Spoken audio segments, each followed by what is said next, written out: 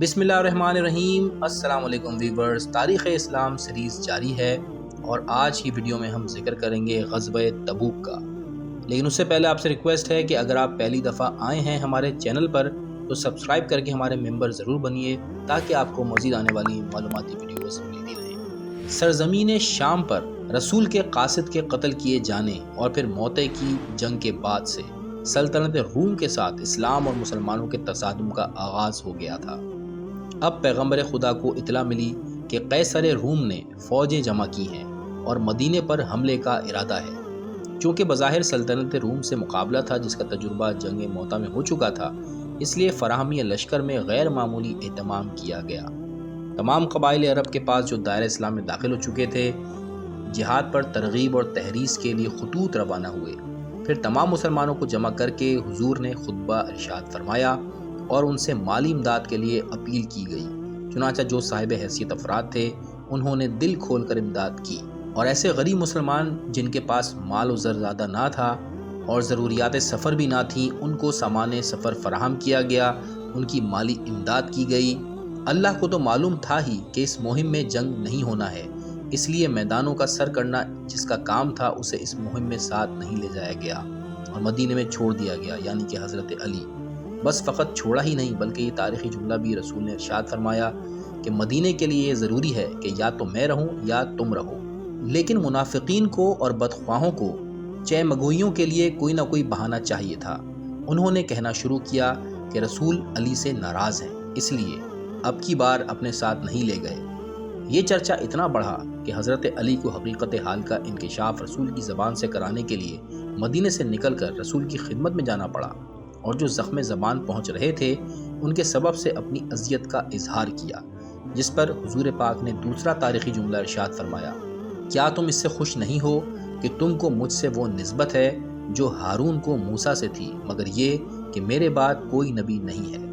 بہرحال حضور پاک حدود شام میں تبوک کے مقام پر شعبان کے آخر تک ٹھہرے اور پھر ماہ رمضان کے کچھ دن وہیں گزارے۔ اس دوران میں یہ بھی نہیں کہ آپ نے ہرقل قیصر روم کو، جو بقول حمص اور بقول دمشق میں اس وقت موجود تھا، اپنی نقل و حرکت سے بے خبر رکھا ہو، بلکہ اس دوران میں آپ کی اس سے کچھ خط و کتابت بھی رہی۔ یہ سلطنت روم سے بے خوفی کا عملی مظاہرہ مسلمانوں میں اخلاقی مضبوطی اور اطراف و جوانب کے لوگوں پر اسلامی طاقت کے استحکام کا اثر قائم کرنے کا ذریعہ ہوا، جس سے چاروں طرف اسلام اور مسلمانوں سے مروبیت کا اثر پھیل گیا۔ چنانچہ ادھر سے ادھر کے چھوٹے چھوٹے صاحبان اقتدار آ کر پیغمبر اسلام کے پاس آ کر جزیہ دینے پر تیار ہوئے۔ گویا بجائے سلطنت روم کے وفادار ہونے کے وہ اسلام کے وفادار ہو گئے، جن میں ابلا اور جرباہ اور ازرح کے نام تاریخ میں موجود ہیں۔ مخالفین اسلام اب پیغمبر خدا کے فتوحات سے چوندیا گئے تھے۔ سلطنت روم کے مقابلے میں پیغمبر خدا کی بذات خاص تشریف لے جانے کے سابق جنگ موتع کا انجام دیکھتے ہوئے انہیں بڑی امید وابستہ تھی کہ اس جنگ سے رسول زندہ سلامت واپس نہیں آ سکتے، لیکن انہیں بڑی مایوسی ہوئی جب آپ کو سرزمین مقبوضہ روم میں کافی طولانی قیام کے بعد بھی کوئی تکلیف نہ پہنچی اور آپ صحیح و سالم واپس تشریف لے آئے۔ تو اب ان مخالفین نے یہ طے کر لیا کہ ہم رسول خدا کو زندہ واپس جانے نہیں دیں گے۔ اس کے لیے انہوں نے منصوبہ بنایا کہ تاریکی شب میں جب آپ پہاڑ کی گھاٹی سے گزر رہے ہیں تو ایسی ترکیب کریں کہ آپ گہرے کھڈے میں گر جائیں۔ لیکن قدرت کی طرف سے رسول پاک کو اس بات کا علم ہو گیا، چونکہ یہاں سے دو راستے تھے، ایک ذرا دور کا میدانی راستہ تھا اور ایک نزدیک کا گھاٹی کا راستہ تھا۔ حضور نے عام مسلمانوں کو حکم دیا کہ وہ میدانی راستے سے جائیں کہ اس میں بہت سے آدمی ایک ساتھ گزر سکتے ہیں، اور حضرت خود اس گھاٹی کے راستے سے روانہ ہوئے۔ تمام مسلمان اس میدانی راستے کی طرف مڑ گئے، مگر یہ لوگ جنہوں نے منصوبہ بنایا تھا آپ کے پیچھے اسی راستے سے چلے۔ حضور نے جناب حذیفہ یمانی اور عمار بن یاسر کو حکم دیا کہ وہ ساتھ چلیں۔ عمار ناقے کی مہار تھام لیں اور حذیفہ پیچھے سے اسے ہکائیں۔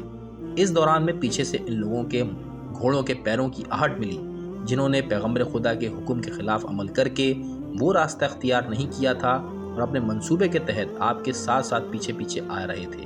حضور ان کی اس حکم عدولی پر غضبناک ہوئے اور حذیفہ کو حکم دیا کہ جا کر ان لوگوں کو واپس کرو۔ چنانچہ وہ حضور کے حکم کے مطابق ایک خاص قسم کی لاٹھی لیے ہوئے بڑھے